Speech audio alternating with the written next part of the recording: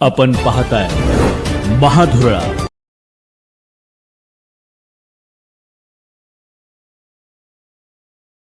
नमस्कार, महाधुरळा युट्यूब चॅनलमध्ये मी गुरु बाळमाळे आपल्या सर्वांचं मनापासून स्वागत करतोय। अखेर कोल्हापूर जिल्हा परिषदेचा अध्यक्ष आणि उपाध्यक्ष ही दोन्ही नावं निश्चित झालेत। गेले महिनाभर कोल्हापूर जिल्हा परिषदेचा अध्यक्ष कोणत्या पक्षाचा याची चर्चा सुरू होती। त्यानंतर भाजपनं दावा केला राष्ट्रवादीचा हक्क होता। या सगळ्या पार्श्वभूमीवर 2-3 वेळा बैठका झाल्या, मुंबईत बैठक झाली, कोल्हापुरात बैठक झाली आणि अखेर हे पद राष्ट्रवादीला देण्याचा निर्णय झाला। त्यानंतर ही सस्पेन्स कायम राहिला शेवटच्या क्षणापर्यंत। काल सगळ्या सदस्यांची बैठक झाली। बैठकीत एकमत झालं नाही। प्रत्येक तालुक्यानं आपल्याला हे पद मिळावं असा आग्रह केला।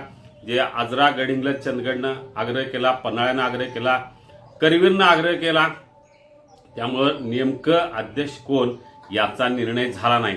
अखेर बंद पाकिटातून मंत्री हसन मुश्रीफ हे नाव देतील आणि त्या नावावर शिक्कामोर्तब होईल असं सांगण्यात आलं। आणि आज अखेर मंत्री मुश्रीफ यांनी शशिकांत खोत यांच्या पत्नी शिल्पा खोत यांचं नाव निश्चित केलेलं आहे।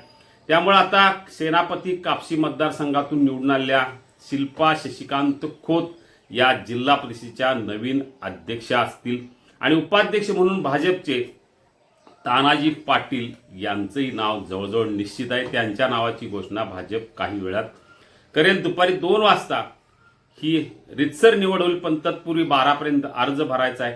आता 11 नंतर अर्ज भरले जातील, 2 वाजता बैठक होईल।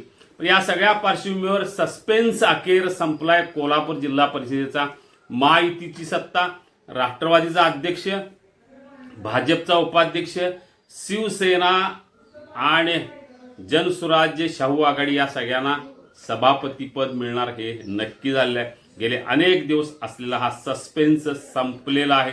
या अध्यक्षपदासाठी अनेक नावं चर्चेत होती।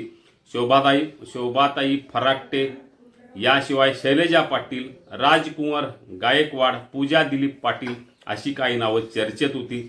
या शिल्पा खोत यांचंही नाव चर्चेत होतं। अखेर मंत्री मुश्रीफ यांनी कागल तालुक्यातच हे पद ठेवलेलं आहे। म्हणजे आता गोकुळचा अध्यक्ष कागलचा, जिल्हा बँकेचा अध्यक्ष कागलचा आणि जिल्हा परिषदेचा अध्यक्ष सुद्धा कागल तालुक्यातलाच झालेला आहे। सगळी सत्ता असताना आता कागलकडे गेल्याचं स्पष्ट झालेलं आहे। 1.25 वर्षासाठी हे पद आहे, त्यामुळे 1.25 वर्षानंतर हे पद भाजपला मिळणार आहे। या सगळ्या पार्श्वभूमीवर आता सस्पेन्स संपत असताना, कागलला पद देत असताना इतरांना काय, म्हणजे करवीरला काय, पन्हाळ्याला काय, गडिंग्लजला काय, या संदर्भातला निर्णय होण्याची चिन्ह आहेत। आपल्याला अशाच राजकीय बातम्या हव्या असतील तर आता सबस्क्राईब करा महाधुरळा युट्यूब चॅनल। धन्यवाद।